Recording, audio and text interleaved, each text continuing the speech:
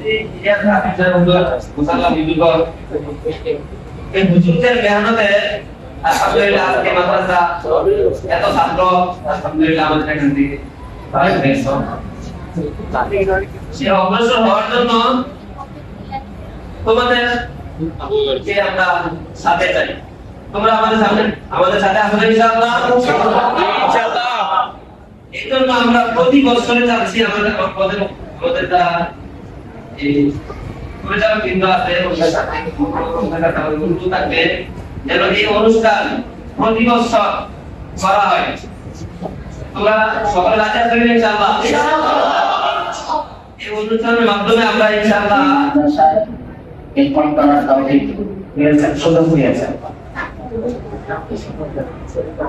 আপনাদের আজকে এই কথাগুলি শুনে, আপনাদের আলোচনাগুলি শুনে, আপনারা যে জায়গাগুলোতে খেদমতে আছেন, বিভিন্ন মসজিদে আছেন, মাদ্রাসার মধ্যে আছেন,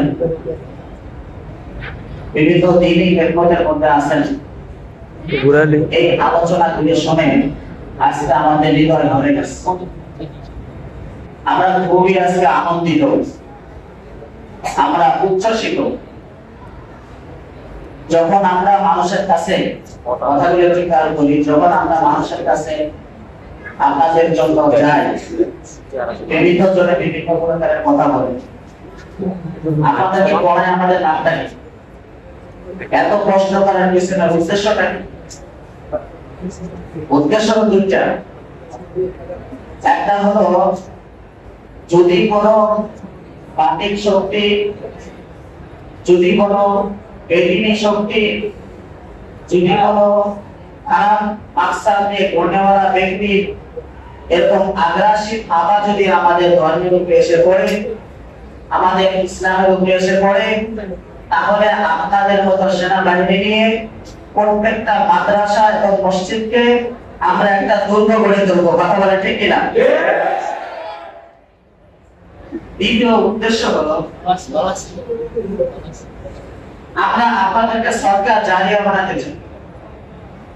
আপনারা বিভিন্ন মাদ্রাসার মধ্যে আসেন, মসজিদের মধ্যে আসেন, আমরা আপনাদেরকে ছাত্র বানিয়ে নিয়েছি, আবার আপনাদেরও ছাত্র হচ্ছে না বলেন?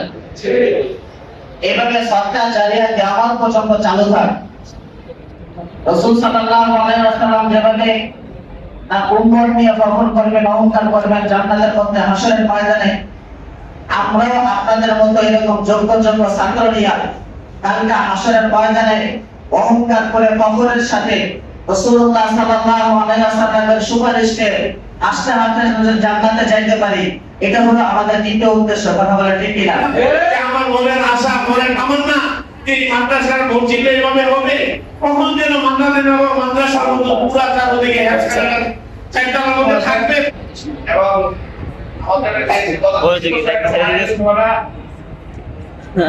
সেক্রেটারির মতো কি বলতে করে দিচ্ছ?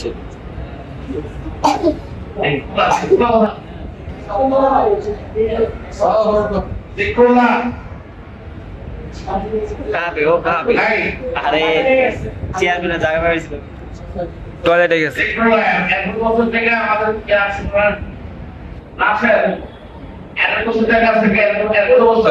ছোট মাথা নিচে নাও, লাইভ হইতেছে, লাইভ নিচে নাও, মাথা নিচে নাও বেটা তেরা। সলিম সাইবুল ইসলাম, সাইবুল